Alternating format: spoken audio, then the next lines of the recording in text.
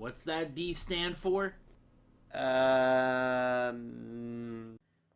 everybody, Card Dreamer here, coming at you on behalf of D-Class Derailed and all things D-Class related. And today we are taking a look at another NECA Teenage Mutant Ninja Turtles figure.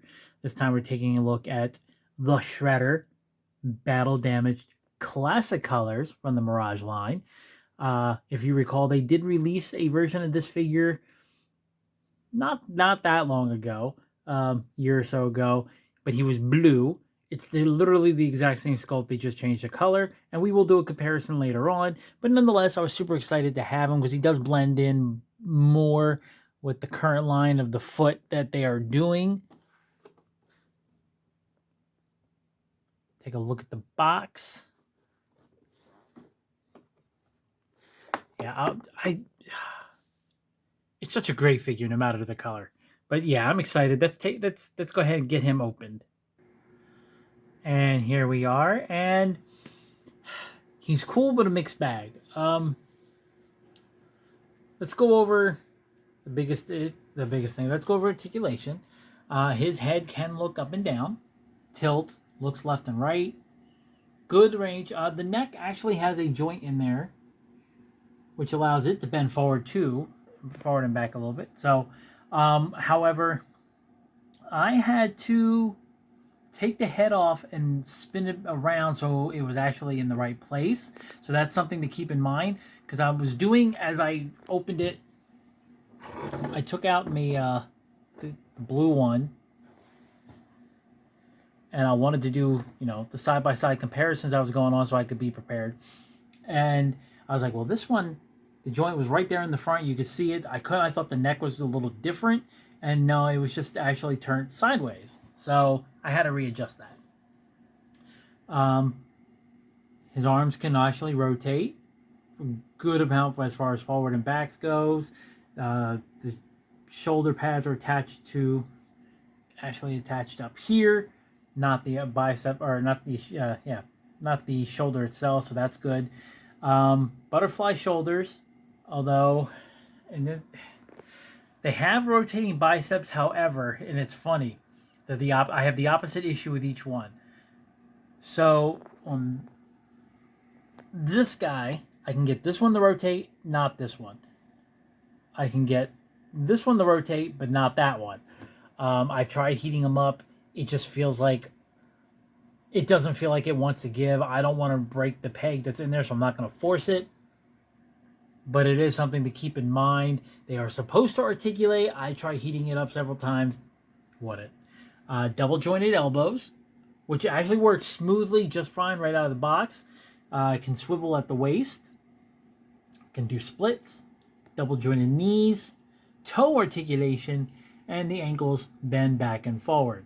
So good articulation with everything except the arms, which even heating up, you might get one free, which kind of sucks. And the wrists, of course, rotate and bend. As far as what he comes with a head, an alternative head that's all bloody, which it's kind of weird because when you try to take that off, the only thing, when you take his head off, which I did, like I said, to turn the neck back around, just the head came off and the peg was left. This is kind of implying that the whole neck should have came out, and it doesn't do that. I don't know why they didn't just make it an alternative head and be done, but it is what it is. Comes with broken gauntlet, just like all the accessories are the same as from the blue one. Broken gauntlet, thermal detonator, and alternative hands. Tight holding fist, medium, and a wide open holding grip, and then the closed fist on the figure itself. For the most part, like I said, it's the exact same mold, but the paint apps have some differences aside from just color. As you can see, the shadowing on, say, like the shoulder bicep here is a little different. The helmet, the blue one seems to have way more shadowing than the red one. I also think it's interesting on this one, his full long sleeves and everything, whereas this one is sleeveless. And then, yeah, it seems like the shadowing just on the metallic parts seem to be done up much more on the blue version. So for those that it matters to, no, I mean obviously they didn't replicate the shadowing completely, but it seems they tried to be more accurate or consistent when it came to the cloth, although it seems a little more thick on the cloth on the red than the blue. So it's kind of like they kind of swapped which was heavy and what wasn't. But it is what it is. Overall, though, I do like the figure. I enjoy it very much.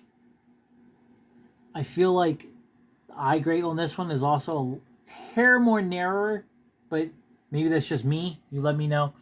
I would love to know what you guys think. What do you think of the Shredder in general, whether it's the blue or the red? Which do you like better, the blue or the red? Let me know if you guys had any issues with the figures, if you picked one up. But yeah, overall, I'm happy. I'm just a little bummed with the biceps because I always I want the full articulation that it's supposed to have, and it just, I'm not going to get it. But let me know what you guys think. Leave your comments down below, and until next time, I'm Card Dreamer. This has been D-Class Derailed. Stay evil.